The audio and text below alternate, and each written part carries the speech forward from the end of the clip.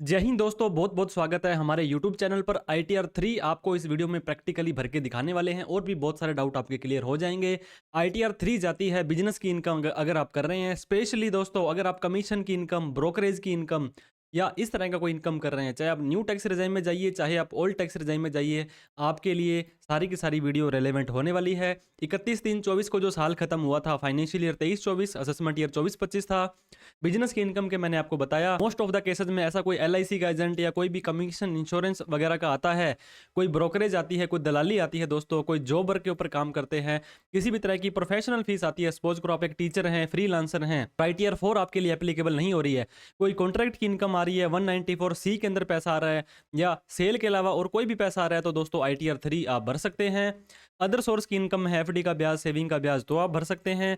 लेकिन दोस्तों इसके लिए आपको क्या ध्यान देना है, जीएसटी आपको पता होगा, 20 लाख या उससे ज़्यादा की सर्विस अगर आप देते हैं तो जीएसटी लेना मैंडेटरी है। और बहुत सारे स्टेट्स में ये 10 लाख रुपए भी होने वाला है। और किसी किसी केस में आपको टैक्स ऑडिट भी करानी पड़ सकती है अगर आप 50% से नेट प्रॉफिट कम दिखा रहे हैं तो ड्यू डेट क्या है दोस्तों, विदाउट ऑडिट के लिए 31 जुलाई 2024 है।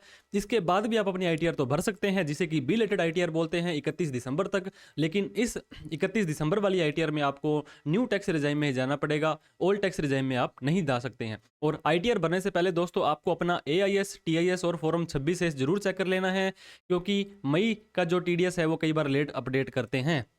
तो ITR 1 से लेकर के 7 तक आपको भी किसी तरह की हेल्प चाहिए हो तो आप हमें मेल या फ़ोन, व्हाट्सअप कर सकते हैं। तो हम देर ना करते हुए सीधे ही आपको इनकम टैक्स की वेबसाइट पर ले जाते हैं। incometax.gov.in पर आपको आ जाना है। अगर आप पहली बार ITR भर रहे हैं तो आप अपने आप को रजिस्टर कर लें, अदरवाइज सिंपली लॉगिन पर आपको क्लिक कर देना है। जैसे आप लॉगिन पर क्लिक करेंगे दोस्तों तो यूजर आईडी आपसे मांगा जाएगा। यहाँ पे पैन नंबर या आधार नंबर दोनों में से कुछ भी डाल सकते हैं। कंटिन्यू पर क्लिक करके इस बॉक्स पे क्लिक करके आपको अपना पासवर्ड डाल देना है, फिर आपको कंटिन्यू पर क्लिक कर देना है। तो इस तरह का मैसेज आपको दिखाई देगा, आपका जो दोस्तों डैशबोर्ड है आ जाएगा। मैंने आपको बताया था ITR भरने से पहले आपको दो इंपॉर्टेंट काम करने हैं, AIS TIS चेक करना है और फॉर्म 26 चेक करना है। तो AIS का जो दोस्तों 5 नंबर ऑप्शन यहाँ पे AIS का आ रहा है, इसके ऊपर आपको क्लिक करके प्रोसीड करना है। एक न्यू वेबसाइट पर आपको ये लेकर के आ जाएगा। अब आपको AIS पर क्लिक कर देना है। फिर से आपको tax payer information summary TIS पर क्लिक करना है और आपको नीचे आ जाना है। जैसे आप नीचे आएंगे दोस्तों, सेविंग का ब्याज आपका आ रहा है, नहीं भी आ रहा है तो आप अपने जो बैंक की पासबुक है वहाँ से आप देख लें और उसको जरूर डालें। और बिजनेस रिसीट है दोस्तों, ये देखिए 21,94,864 रुपये हमें रिसीट आ रही है। ये कहाँ कहाँ से आ रही है, उस व्यक्ति का नाम और सारी डिटेल आ रही है। तो हम ये मान के चलते हैं कि हमारे इस बिजनेस पर GST एप्लीकेबल नहीं था। दोस्तों आप प्लीज़ मेक श्योर कर लें, GST एप्लीकेबल है 20 लाख से ज़्यादा पर तो उसको जरूर दिखाएं। मैं आपको ये डेमो पर्पज़ के लिए बता रहा हूँ। 21,94,000 रुपये इसकी रिसीट आ रही है। तो ये हमारा AIS TS का काम हो गया है। अब आप इसको बंद कर सकते हैं। अब आपको देखना है फॉर्म 26AS। यहाँ पे इनकम टैक्स रिटर्न में जाएं, इसके बाद में व्यू फॉर्म 26AS पर जाएं और कन्फर्म कर देना है। आई एग्री करके प्रोसीड करके व्यू टैक्स क्रेडिट कर देना है। अब असेसमेंट ईयर 24-25 करना है। AIS TS में तो फाइनेंशियल ईयर 23-24 था और 26AS में असेसमेंट ईयर 24-25 होगा। HTML करके व्यू डाउनलोड पर क्लिक कर देना है। तो जिन जिन पर्सन ने दोस्तों इनका TDS काटा है, ये देखिए 20 लाख रुपए, 64,000 जो अमाउंट दी है, प्लस में उनका जो यहाँ पे TDS काटा है। फॉर एग्जांपल अगर इसको प्लस करके देखते हैं तो 194C का जो मतलब होता है, ये कॉन्ट्रैक्ट इनकम होती है। हो सकता है आपने वहाँ पे जॉब वर्क किया हो, लेबर की हो, इस तरह का कोई भी काम किया हो तो आपका यहाँ पे शो हो जाएगा। तो मेक श्योर करें जितनी भी अमाउंट यहाँ पे आ रही है और TDS आ रहा है, इसको वहाँ पे दिखाना सुनिश्चित करें ताकि इन फ्यूचर में आपको किसी भी तरह की दिक्कतों का सामना ना करना पड़े। अब दोस्तों मैंने आपको बताया था AIS TS में 21 लाख समथिंग हमारा जो अमाउंट आ रहा था, और आपको बैलेंस शीट बनानी बहुत जरूरी है, क्योंकि ITR 3 विदाउट बैलेंस शीट के आप नहीं भर सकते हैं। तो इसके अंदर अगर आपकी सेल और परचेज नहीं हो रही है तो आपको simply profit and loss account बनाना है। एक तो प्रॉफिट एंड लॉस अकाउंट में आपकी जो इधर इनकम आ जाएगी राइट साइड में, इधर सारे के सारे खर्चे आ जाएंगे। तो हमारी जो वर्क इनकम हुई थी 21,94,000 रुपए। इधर हमारा जो भी खर्चा हुआ था, रिपेयर, मेंटेनेंस, ट्रेवलिंग, लेबर, क्योंकि लेबर यहाँ पे आ रही है इसको और ये आगे ही लेबर पेड कर रहा है, तो मेन खर्चा हमारा ये है। जो डिफरेंस हो जाएगा 489, ये हमारा नेट प्रॉफिट हो जाएगा। प्रॉफिट एंड लॉस काउंट के बाद में आपको कैपिटल अकाउंट बनाना है। कैपिटल अकाउंट में पहले कितनी पुरानी कैपिटल आपकी थी, पिछली बैलेंस शीट से आप देख सकते हैं। ये जो प्रॉफिट हुआ था ये यहाँ पे आ जाएगा और सेविंग का ब्याज आ जाएगा। इसके अलावा जो ड्राइंग्स आपने घर का खर्च किया पर्सनल यूज के लिए वो यहाँ पे आ जाएगा, और जो कैपिटल आपकी बच जाएगी वो कैपिटल बैलेंस शीट में आ जाएगी। बैलेंस शीट आपको पता होगा एक पर्टिकुलर डे को मिलती है, 31/3/2024 को। तो कैपिटल आ गई और किसी को कोई पैसा देना था वो यहाँ आ गया। इसके बाद में आपकी फिक्स असेट है, फर्नीचर है, मोबाइल है, किसी से उधार पैसा लेना है, कैश इन हैंड है, बैंक में कितना पैसा पड़ा है, किसी को आपने लोन दे रखा है और कितना आपका टीडीएस कटा है, ये सारा का सारा बैलेंस शीट में आ जाएगा। तो मैं आशा करता हूँ दोस्तों आपको लगभग ये सारी चीज़ें क्लियर हो गई होंगी। अब हम आईटीआर फाइलिंग पर आ जाते हैं। जैसे आप पोर्टल पर लॉगिन करेंगे तो फाइल नाउ का ऑप्शन सीधा ही आ जाएगा। यहाँ पे नहीं आ रहा है तो e file income tax return, file income tax return पर आपको आ जाना है। असेसमेंट ईयर सेलेक्ट करना है 24-25 जो कि करंट एवाई होगा। ऑनलाइन करके कंटिन्यू पर क्लिक कर देना है। पहले कोई भी रिटर्न भरने की कोशिश की थी तो रिज्यूम फाइलिंग आएगा, अदरवाइज स्टार्ट न्यू फाइलिंग पर क्लिक कर देना है। जैसे आप स्टार्ट न्यू फाइलिंग पर क्लिक करेंगे, इंडिविजुअल पर क्लिक करके कंटिन्यू करना है। कौन सा आईटीआर का फॉर्म भरना है दोस्तों, ये देखिए 5 और 6 आपके ऊपर एप्लीकेबल नहीं हो रहे हैं, तो हम 3 भरने वाले हैं। ये ऑलराउंडर फॉर्म होता है। प्रोसीड विद आईटीआर 3 कर देना है। लेट्स गेट स्टार्टेड भी हमें कर देना है। तो जैसे ही हम लेट्स गेट स्टार्टेड करेंगे दोस्तों, हमारे पास में ये पूछेगा कि आप आईटीआर क्यों भर रहे हैं। अगर आपकी इनकम 2.5 लाख से ज़्यादा है तो ये कर दें। आपको नहीं पता क्या सिलेक्ट करना है तो सिंपली अदर्स करके भी कंटिन्यू कर सकते हैं, कोई टेंशन वाली बात नहीं है। अब आपको यहाँ पे शेड्यूल सेलेक्ट करने हैं। मेन काम होता है दोस्तों इनकम में। मैं मान के चलता हूं अगर आपकी बिजनेस की इनकम है तो आपको सैलरी नहीं आ रही है, होम लोन के इंटरेस्ट की छूट आपको नहीं लेनी है, कैपिटल गेन शेयर मार्केट का आपका नहीं है। इसके बाद अदर सोर्स दोस्तों यहाँ पे होती है, सेविंग का ब्याज तो कम से कम आता ही आता है। इसके अलावा और भी कोई स्पेशल आपके ऊपर एप्लीकेबल होता है तो कर लीजिए, अदरवाइज सिंपली हम कंटिन्यू पर क्लिक कर देंगे। फिर से हम कंटिन्यू कर देंगे। अब कुछ क्वेश्चंस और पूछ रहा है, आप कंटिन्यू भी कर सकते हैं, स्किप भी कर सकते हैं, कोई बड़ी बात नहीं है। अब ये एक ऐसा तरह मैसेज देगा आपको रेड कलर में कि हमारे पास प्री फिल डेटा है आपका, जो आपने रिटर्न ASTS 26S में जो डेटा आ रहा है वो हमारे पास ऑलरेडी है और हमने इसको फीड कर दिया है। आप इसको चेंज करना चाहें तो चेंज कर सकते हैं, तो ओके पर क्लिक कर देंगे। अब दोस्तों ये हमें स्टेप बाय स्टेप सारे के सारे शेड्यूल भरने हैं। आप प्लीज़ लास्ट तक बने रहिए, काफ़ी इंटरेस्टिंग ये वीडियो होने वाली है, बहुत सारी इन्फॉर्मेशन आपको मिलेगी। पार्ट ए जनरल इन्फॉर्मेशन में आपको आ जाना है। यहाँ पे आने के बाद में सबसे पहले आपका पर्सनल इन्फॉर्मेशन आ गई कि आपकी नेम, आपका आधार वगैरह क्या है वो आप यहाँ पे डाल देंगे। फिर कॉन्टैक्ट डिटेल आ गई, आपका mobile number, email ID, address आ जाएगा। फाइलिंग सेक्शन के ऊपर अब आपको आ जाना है। Due date of filing income tax return दोस्तों 31 जुलाई है। ऑडिट हो रही है तो 31 अक्टूबर है। कोई आपके पास ट्रांसफर प्राइसिंग का केस है तो 30 नवंबर हो जाएगी, तो हम 31 जुलाई करते हैं। दोस्तों 31 जुलाई से पहले भर रहे हैं तो 139(1), 31 जुलाई से 31 दिसंबर भरेंगे तो 139(4), और उसको भरी हुई रिटर्न को चेंज करना चाहते हैं तो 139(5). अब एक और इंपॉर्टेंट पॉइंट दोस्तों, have you exercise option under section 115 BAC 6 of opting out new tax regime. आपको पता होगा इस साल से जो न्यू टैक्स रिजाइम है वो डिफॉल्ट टैक्स रिजाइम है। अगर आप कुछ भी सेलेक्ट नहीं करते हैं यस नो तो आप न्यू में ही चले जाएंगे। अगर आप ओल्ड में जाना चाहते हैं तो आपको यस करना पड़ेगा। यस कर दिया तो आपको एक फॉर्म 10 IEA भी भरना पड़ेगा। तो हम आपको 7 लाख रुपए तक की इनकम टैक्स फ्री है, तो हम आपको न्यू टैक्स रिजाइम में लेके जाने वाले हैं। रेजिडेंशियल स्टेटस आपका रेजिडेंट करके 182 डेज वाला सेलेक्ट कर लेंगे। 115H में नो कर देंगे, सिविल कोड में नो कर देंगे। आपको ये वाला जो फॉरेन एक्सचेंज को नो करके FPI को नो कर देंगे। रिप्रेजेंटेटिव SSC को नो कर देंगे। किसी कंपनी में डायरेक्टर थे तो यस करें, otherwise no. Detail of firm, किसी फर्म में आप पार्टनर है तो यस करें। अनलिस्टेड इक्विटी शेयर थे तो यस करके डिटेल डालें, अदरवाइज नो करके इसको सेव कर देना है। अब आप ऑडिट इन्फॉर्मेशन में आ जाएं। ये बोलता है are you liable to maintain books of account under section 44AA maintenance of books of account certain person carrying on profession और बिजनेस। दोस्तों आपने ये बैलेंस शीट बना ली, मोटा मोटी तो ये books of account he maintain होता है कि आपका इतना पैसा आया, इतना पैसा गया, ये आपकी बैलेंस शीट है। तो इसको आप यस करते हैं तो आपको बुक्स ऑफ अकाउंट नो करते हैं दोस्तों तो आपने बुक्स ऑफ अकाउंट नहीं बनाई है। अब ये कहता है कि आपकी इनकम है 44AD इसमें सेलेक्ट कर रहे हैं तो इसको नो कर देना है। अब ये पूछ रहा है कि दोस्तों आपकी टर्नओवर क्या है, 1 करोड़ से लेकर के 10 करोड़ के बीच है तो यस करेंगे। Whether during the year total sale turnover gross received between 1 crore से, no, turnover does not exceed 1 crore से ज़्यादा नहीं है। Are you liable to tax audit के लिए लाइबल है तो इसको हम नो कर देंगे, ये अपने आप नो हो गए। अब ये कहते हैं इफ़ लाइबल है तो आपको ये डेट मेंशन करनी है। अब हम सिंपली नो कर देंगे। अगर हम लाइबल नहीं हैं अब हम इसको सेव करने वाले हैं। इसके बाद में बैंक डिटेल दोस्तों आपके जितने भी अकाउंट हैं सारे के सारे ऐड अनदर करके यहाँ पे डाल दें, क्योंकि एक अकाउंट आपका वैलिडेट होना जरूरी है, उसी के अंदर ही आपका रिफंड आने वाला है। तो अब हम इसको क्या कर देंगे, कन्फर्म। कन्फर्म करने के बाद में दोस्तों हमारा जो पार्ट ए जनरल इन्फॉर्मेशन है ये देखिए ग्रीन टिक लग चुका है, कन्फर्म हो गई है। अब आपको नेक्स्ट शेड्यूल में चले जाना है दोस्तों, नेचर ऑफ बिजनेस NBR है। यहाँ पे अगर आपने पिछले साल भी बिजनेस की रिटर्न भरी थी तो आपका ये जो कोड है अदर सर्विसेज में नेम और अदर सर्विस आ जाएगा। अदरवाइज ऐड अनदर पर जाकर के आप जो भी आपका कोड होता है यहाँ पे सेलेक्ट कर लेंगे। जैसे आप दोस्तों यहाँ पे सर्च भी कर सकते हैं, जैसे मैंने अदर लिखा, अदर एग्रीकल्चर जो भी आपके ऊपर एप्लीकेबल होता है, other sporting, other cultural, other जो भी एप्लीकेबल होता है लिखें, बिजनेस का नाम लिखें, डिस्क्रिप्शन लिखें और इसको ऐड कर दें। तो हमारा ये बिजनेस का नाम ऑटोमेटिकली आ रहा है। इस पे आप क्या कर सकते हैं दोस्तों, यहाँ पे टिक भी लगा सकते हैं, ये आपका कन्फर्म हो चुका है। अब part A, balance sheet. Balance sheet आपको पता होगा 31/3/2024 की भरनी है। इसके ऊपर हमें क्लिक कर देना है।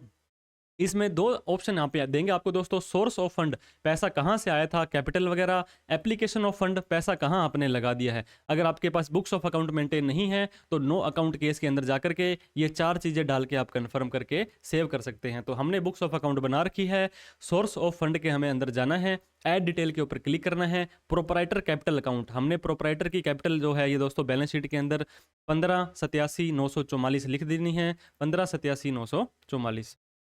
इसके बाद में सन्ड्री क्रेडिटर्स आपके यहाँ पे आएंगे, लोन्स फंड आ रहे हैं, इसके बाद में एडवांसेस आ रहे हैं। जहाँ जहाँ पर भी आपको दोस्तों लगता है कि आपको ये चीज़ें लिख देनी है, तो क्योंकि इसके अंदर ज़्यादा लंबा चौड़ा फॉर्मेट नहीं होता है, सिंपल से कुछ लैंग्वेज होती है, वो आपको यहाँ पे डाल देनी है। सोर्स ऑफ फंड के अंदर दोस्तों कैपिटल हमने डाल दी है। क्रेडिटर्स जो हमारी बैलेंस शीट में आ रही थी, ये देखिए क्रेडिटर्स 12,450, ये आपके सोर्स ऑफ फंड में नहीं आएगा, ये एप्लीकेशन ऑफ फंड के अंदर ही आ रहा है। तो एप्लीकेशन ऑफ फंड को क्लिक करेंगे, ऐड डिटेल के ऊपर हमें आ जाना है। अब सबसे पहले हम बात करेंगे फिक्स असेस्ट की। फिक्स असेस्ट के अंदर होता है कि हमारी कितनी प्लांट एंड मशीनरी, फर्नीचर वगैरह है। तो आपको मैं ये बता दूं, ये देखिए हमारी जो फर्नीचर एंड फिटिंग थी ये थी 48,950 रुपये, और 18,500 का एक हमारे पास मोबाइल है, तो 67450 आ जाएगा, 67450। अगर इनका डेप्रिसिएशन लेना चाहते हैं तो वो डाल दें, अदरवाइज आप नीचे आ सकते हैं। इसके बाद में दोस्तों investment, current asset, loan and advances. इसके अंदर आपको यहाँ पे inventory, raw material, sundry debtors वगैरह जो जो आपके ऊपर एप्लीकेबल होते हैं, फॉर एग्जांपल सन्ड्री डेटर्स है, कैश है, बैंक है, लोन एडवांसेज और TDS है, ये फिगर आपको यहाँ पे डाल देने हैं। सन्ड्री क्रेडिटर्स की डिटेल दोस्तों आपको यहाँ पे यहीं पर आ जाएगी। देखिए current liabilities and provision, sundry creditors आ रहा है, तो ये 12,450 जो भी हमारा सन्ड्री क्रेडिटर्स है ये आ जाएगा, ये ऑटोमेटिकली उसमें से घट जाएगा। तो इस तरह से आप अपनी फिक्स असेस्ट, डेटर, आप अपने cash in hand, loan and advances और TDS की डिटेल यहाँ पे डाल देंगे। सारा का सारा डेटा डालने के बाद में आपको सिंपली ऐड के ऊपर क्लिक कर देना है। जैसे आप ऐड पर क्लिक करेंगे दोस्तों, इसको अगर आप मिनिमाइज कर लेते हैं तो ये देखिए सोर्स ऑफ फंड भी हमारा इतना है और एप्लीकेशन ऑफ फंड भी हमारा इतना है। अब इसको हम कंफर्म कर देंगे। अब ये बोलता है कि are you maintain books of account, आपने वहाँ पे लिखा है तो नो किया है, तो इसको सिंपली हम क्लिक कर देंगे। तो हमारा बैलेंस शीट का पार्ट भी कंफर्म हो चुका है। अब मैन्युफैक्चरिंग अकाउंट दोस्तों, मैन्युफैक्चरिंग अकाउंट का मतलब होता है आप कोई माल बना रहे हैं, तो आपने किसी भी तरह का कोई माल नहीं बनाया है क्योंकि हमारी तो सर्विस होती है। इसको सिंपली ओपन करके भी आप कंफर्म कर सकते हैं या आप इसको खाली भी सिंपल खाली छोड़ सकते हैं। ट्रेडिंग अकाउंट के अंदर अगर आपने कोई माल खरीदा बेचा था तो वो सारा का सारा यहाँ पे आ जाएगा। वो नहीं होता है तो आप इसको सिंपली खाली छोड़ देंगे। ग्रीन टिक लग गया तो बढ़िया है, आपका ये कन्फर्म हो गया है। अब part A, profit and loss account, ये भी काफ़ी इंपॉर्टेंट पार्ट है दोस्तों हमारा। इसके ऊपर आपको क्लिक करना है। अब आपको credit to profit and loss account, add detail पर चले जाना है। अब हमारी हम बैलेंस शीट में आ गए हैं। हमारी जो क्रेडिट साइड था by receipt from job work income, ये हमें क्रेडिट साइड में डालना है। तो ये हमारी 21,94,864 आ रही है। इसको दोस्तों अगर आपके ऊपर कोई मिल रहा है आपको तो यहाँ पे ठीक है, अदरवाइज एनी अदर इनकम में डाल करके यहाँ पे डाल देंगे। और जो अमाउंट आपकी आ रही थी 21,94,864 वो आप यहाँ पे डाल देंगे। ये हमारी रिसीट हो गई है। अब हम इसको सिंपली ऐड कर देंगे। हमारा क्रेडिट साइड तो पूरा हो चुका है। अब debit to profit and loss account के अंदर ऐड डिटेल पे हमें क्लिक कर देना है। हमारे जो भी खर्चे थे दोस्तों, power and fuel, repair, maintenance, जो जो आपको मिल रहा है वो आप सिंपली यहाँ पे डाल दें। अदरवाइज आपको क्या करना है, जैसे आपको ये यहाँ पे दिखा रहा है, कंटिन्यू पर क्लिक करना है। कंटिन्यू पर क्लिक करने के बाद में लास्ट में दोस्तों आपको अदर एक्सपेंसेस आ रहा है, अदर एक्सपेंसेस पर क्लिक करेंगे। जो जो एक्सपेंसेस आपको यहाँ पे डालने हैं उनका नाम, सपोज करो हमने लेबर पेड की थी, तो लेबर पेड के अंदर हमारा जो खर्चा था वो था 14,95,880। तो हमने क्या करना है दोस्तों, यहाँ पे अदर में डाल करके 14,95,880 डाल देना है। और भी कोई अदर का खर्चा है तो आप सिंपली ऐड अदर पर क्लिक करके उसको भी डाल सकते हैं। तो दोस्तों जो भी हमारे खर्चे थे हमने सारे के सारे रेलेवेंट हेड में डाल दिए हैं। हमारा नेट प्रॉफिट आ रहा था 489002 और यहाँ पे देखिए 489002 हमारा नेट प्रॉफिट आ चुका है। हमने सिंपली ऐड के ऊपर क्लिक कर देना है तो हमारा प्रॉफिट एंड लॉस अकाउंट है दोस्तों। ये देखिए इतनी इनकम थी, इतने खर्चे थे और ये नेट प्रॉफिट आया है, इसको हमने कन्फर्म कर देना है। तो हमारा मेन जो था प्रॉफिट एंड लॉस अकाउंट का पार्ट दोस्तों वो कन्फर्म हो चुका है। इसके बाद में अदर इन्फॉर्मेशन डालनी है आपको, कोई ऑडिट वगैरह की एप्लीकेबल है तो यहाँ पे डाल देंगे। Schedule business and profession, computation of income from business and profession, इसके ऊपर आप क्लिक करते हैं तो आपके बिजनेस की इनकम को ऑटोमेटिकली ये कन्फर्म कर देगा। तो आपको हर एक शेड्यूल के अंदर जाकर के कन्फर्म करने की जरूरत नहीं है क्योंकि जो मेन मेन चीज़ें थी आपने वो डाल दी है। इसके बाद में दोस्तों आपका brought forward, current forward, losses वगैरह में मान के चलता हूँ नहीं है। चैप्टर 6A के अंदर आपको डिडक्शन और एग्जम्पशंस आपको पता है, न्यू टैक्स रिजाइम हमने सेलेक्ट की थी तो यहाँ पे ज़्यादा छूट आपको नहीं मिलेगी। 80C, 80D, 80E, 80EE, 80TTA saving का ब्याज है दोस्तों, उसकी भी छूट आपको नहीं मिलने वाली है। क्यों नहीं मिलने वाली है? क्योंकि आप न्यू टैक्स रिजाइम में जा रहे हैं। तो ये देखिए शेड्यूल 6A को भी आप सिंपली जीरो करके कन्फर्म कर दें क्योंकि हमें यहाँ पे ज़्यादा छूट नहीं लेनी है।